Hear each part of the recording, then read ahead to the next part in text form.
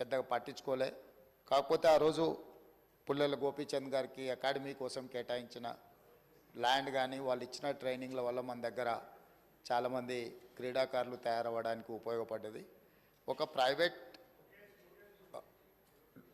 Player లేకపోతే private వాళ్ళు ఏర్పాటు చేసిన దాంట్లోనే ఆ విధంగా ఉంటే ప్రభుత్వం వైపు నుంచి సహకారం ఉంటే ఇంకా అద్భుతంగా రాణించడానికి అవకాశం ఉంటుంది.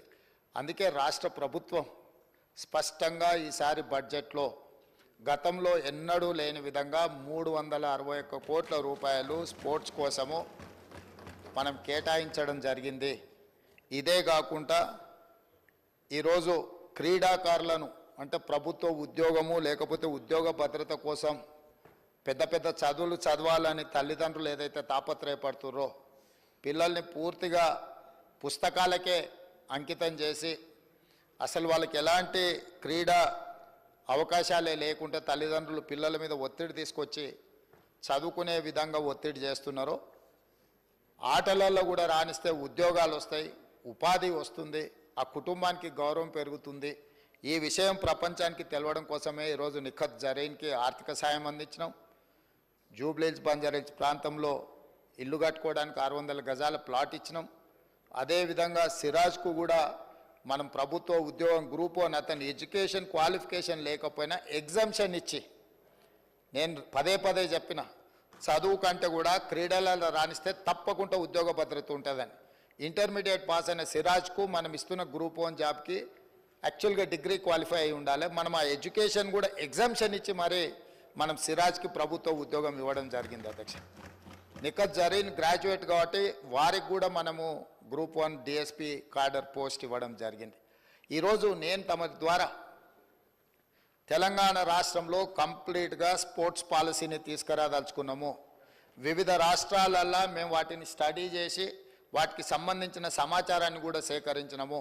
అత్యధికంగా క్రీడాకారులకు ప్రోత్సాహకాలు ఇస్తున్నది హర్యానా రాష్ట్రము. అంటే అర్జున్ అవార్డీస్ కానీ ఇతర ఏ అవార్డీస్ అయినా ఇతర మెడల్స్ ఏం తీసుకొచ్చినా ఆటోమేటిక్గా వాళ్ళకి సహాయం అందించే విధంగా ఒక పాలసీ ఉన్నది.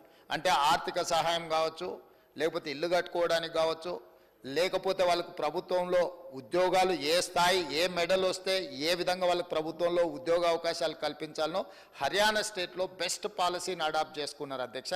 మేము అందుకే ఈరోజు హర్యానా, పంజాబ్ ఇతర ప్రాంతాలలో బాక్సింగ్ రిలేటెడ్ కానీ అదర్ రిలేటెడ్ క్రీడలలో రాణించిన వాళ్ళకి ఏ విధంగా ప్రభుత్వం ప్రోత్సాహకాలు ఇస్తున్నదో వాటన్నిటిని కూడా మేము స్టడీ చేస్తున్నాం.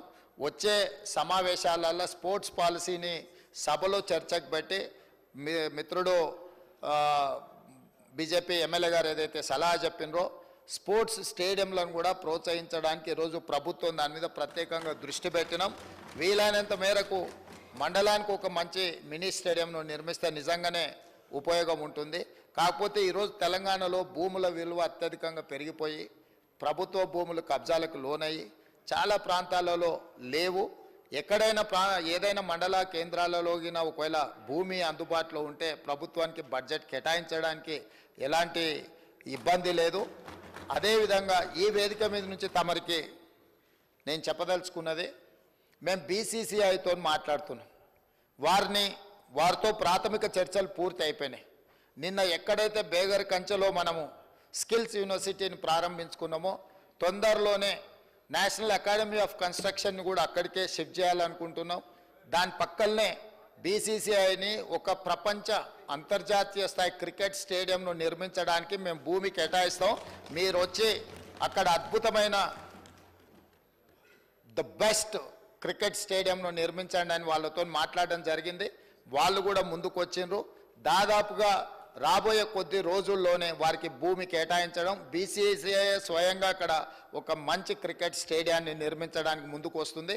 కాబట్టి ఈ స్పోర్ట్స్ విషయంలో నిధుల కేటాయింపే కాకుండా ప్రత్యేక కార్యాచరణ, ఎందుకంటే క్రీడల పట్ల నాకు ఆసక్తి ఉంది, మీకు అందరు కూడా తెలుసు అధ్యక్ష. ఈ రాష్ట్రము వ్యసనాల నుంచి యువతను బయటికి తీసుకురావాలంటే క్రీడల్ని ప్రోత్సహించాల్సిన బాధ్యత ఈ సభ మీద ఉన్నది. మన అందరం కూడా ఏకగ్రీవంగా మీరు ఏం సలహాలు సూచనలు ఇచ్చిన క్రీడలకు సంబంధించి తప్పకుండా ఆ స్పోర్ట్స్ పాలసీలో మీరు సజెషన్స్ ఇవ్వండి, వాటిని అడాప్ట్ చేసుకుంటాం. ఆల్రెడీ ఉన్న స్టేడియంలో మీకు యూసుఫ్గూడలో కోట్ల విజయభాస్కర్ రెడ్డి స్టేడియం ఉంది, అది ఇప్పుడు సినిమా ఫంక్షన్లకు అంకితం అయిపోయింది. గచ్చిబౌలిలో ఉన్న స్టేడియంలో పెళ్లిళ్లకు పేరంటాలకు పోతున్నాయి. సరూర్ నగర్లో కట్టిన అద్భుతమైన స్టేడియం అన్నాడు కాంగ్రెస్ పార్టీ ఉన్నప్పుడు, ఈరోజు రాజకీయ పార్టీ సభలకు సమావేశాలకు ఉపయోగిస్తున్నారు. హైదరాబాదు నగరంలో ఇప్పుడు ఎల్బీ స్టేడియంలో కూడా మనం క్రీడలు తగ్గినాయి, రాజకీయ కార్యక్రమాలు పెరిగినాయి.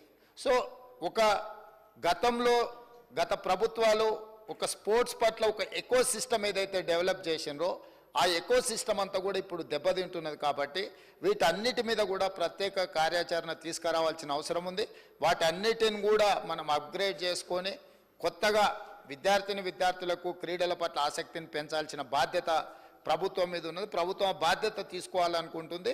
కాబట్టి మీరందరూ కూడా సహకరించి ముందుకు వచ్చి ఈ కార్యక్రమాలలో ప్రభుత్వానికి సహకరిస్తే తప్పకుండా అద్భుతమైన క్రీడలకు సంబంధించిన విధి విధానాలను పూర్తి చేసుకుంటాం. తెలంగాణ రాష్ట్రం నుంచి ప్రపంచంలో ఏ క్రీడలు జరిగినా కూడా తెలంగాణలో శిక్షణ పొందిన వాళ్ళు మెడల్స్ తీసుకొచ్చే విధంగా వాళ్లకు శిక్షణ ఇవ్వాలని మేము అనుకుంటున్నాం.